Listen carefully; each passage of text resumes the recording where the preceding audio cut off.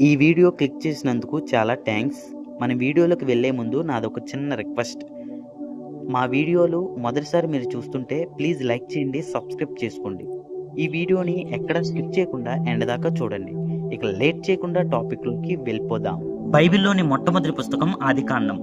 ఆదికాండం పేరు వెనుక ఉన్న చరిత్ర మరియు దాని విశిష్టత చాలా ఆసక్తికరంగా ఉంటుంది. దీని గురించి లోతైన వివరాలు ఈ వీడియోలో తెలుసుకుందాం. ఆదికాండం అనే పేరు ఎలా వచ్చింది? ఈ పుస్తకానికి వివిధ భాషల్లో ఉన్న పేర్లను బట్టి దీని అర్థాన్ని మనం గ్రహించవచ్చు. తెలుగులో ఆది అంటే మొదలు లేదా ప్రారంభం అని అర్థం. కాండము అంటే భాగము లేదా ప్రకరణం అని అర్థం. హెబ్రీ భాషల్లో యూదులు ఈ పుస్తకాన్ని బెరేషిత్ అని పిలుస్తారు. దీని అర్థం ఆదియందు, ఇన్ ద బిగినింగ్. యూదుల సాంప్రదాయం ప్రకారం ఒక పుస్తకంలోని మొదటి పదాన్ని ఈ పుస్తకానికి పేరుగా పెడతారు.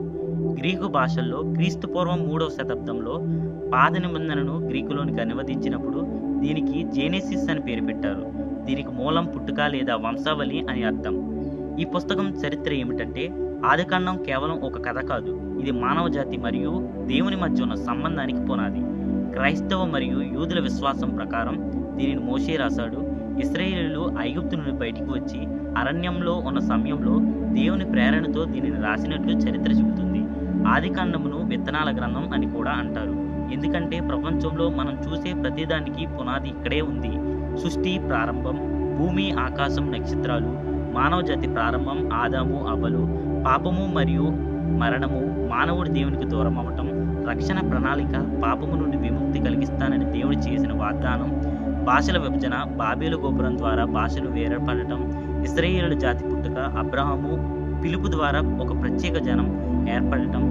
ఈ పుస్తకం నిర్మాణం ఏంటంటే, ఆదికాండం ప్రధానంగా 2 భాగాలుగా విభజించారు.